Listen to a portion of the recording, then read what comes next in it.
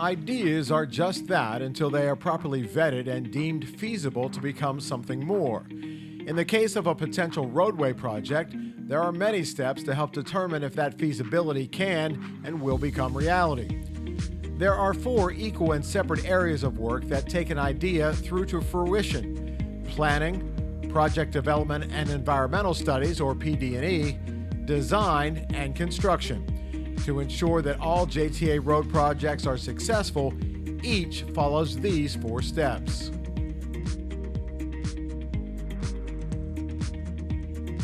JTA road projects all start with an idea. Let's expand this road, or let's build a new road. That idea typically comes from the Jacksonville City Council or the Florida Department of Transportation. They have the need and want JTA to execute that idea, and so the process begins. One of the first things the planning team will do is review the existing conditions of the road or corridor that is under consideration and compare that to what is being asked. This compare and contrast will help define the scope of the future project.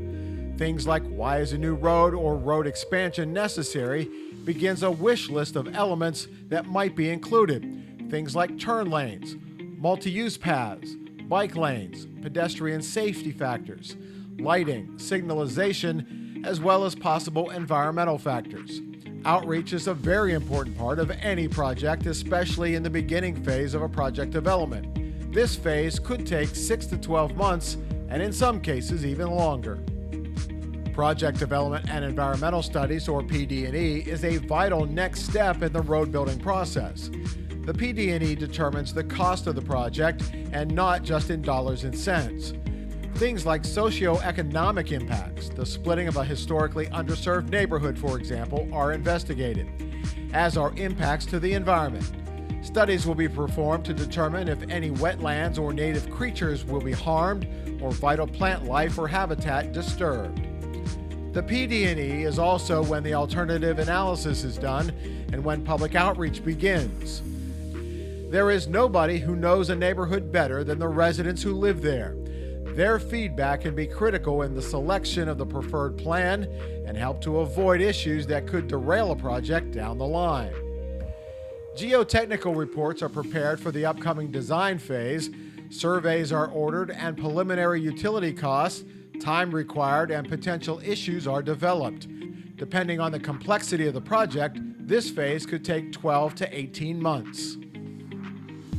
The design phase is all about the details. This is when all the planning and studies come together in a finite way. Design is done in 3 main sections, at 30, 60, and 90% completion. As you can see in this graphic, there are specific goals to be met at each of those markers. Public outreach will be done at the 30, 60, and 90% milestones to update the community and seek their feedback on the project plans. Once the design reaches the 90% plateau, the site is then prepared for construction to begin.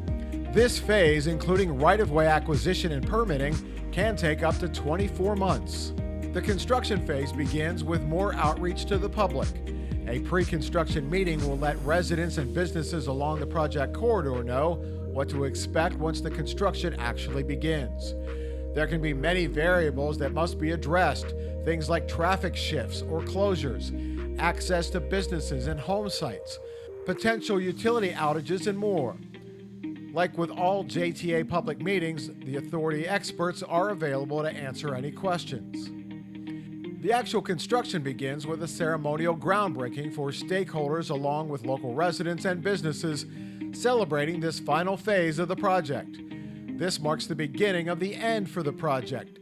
Construction time varies on the project parameters, and while JTA has an excellent track record for finishing projects on time and on or under budget, unforeseen issues like budget shortfalls, change orders, and weather can create delays. While the public meeting is the last official outreach on a project until the ribbon cutting, JTA will always be available to answer questions about the project or any concerns citizens may have. Once the project is substantially complete, a final walkthrough is done to determine any final items to finish. A ribbon cutting is typically held to celebrate this new and/or improved community asset. After approving the final product, the city or FDOT will take ownership of the roadway for future maintenance.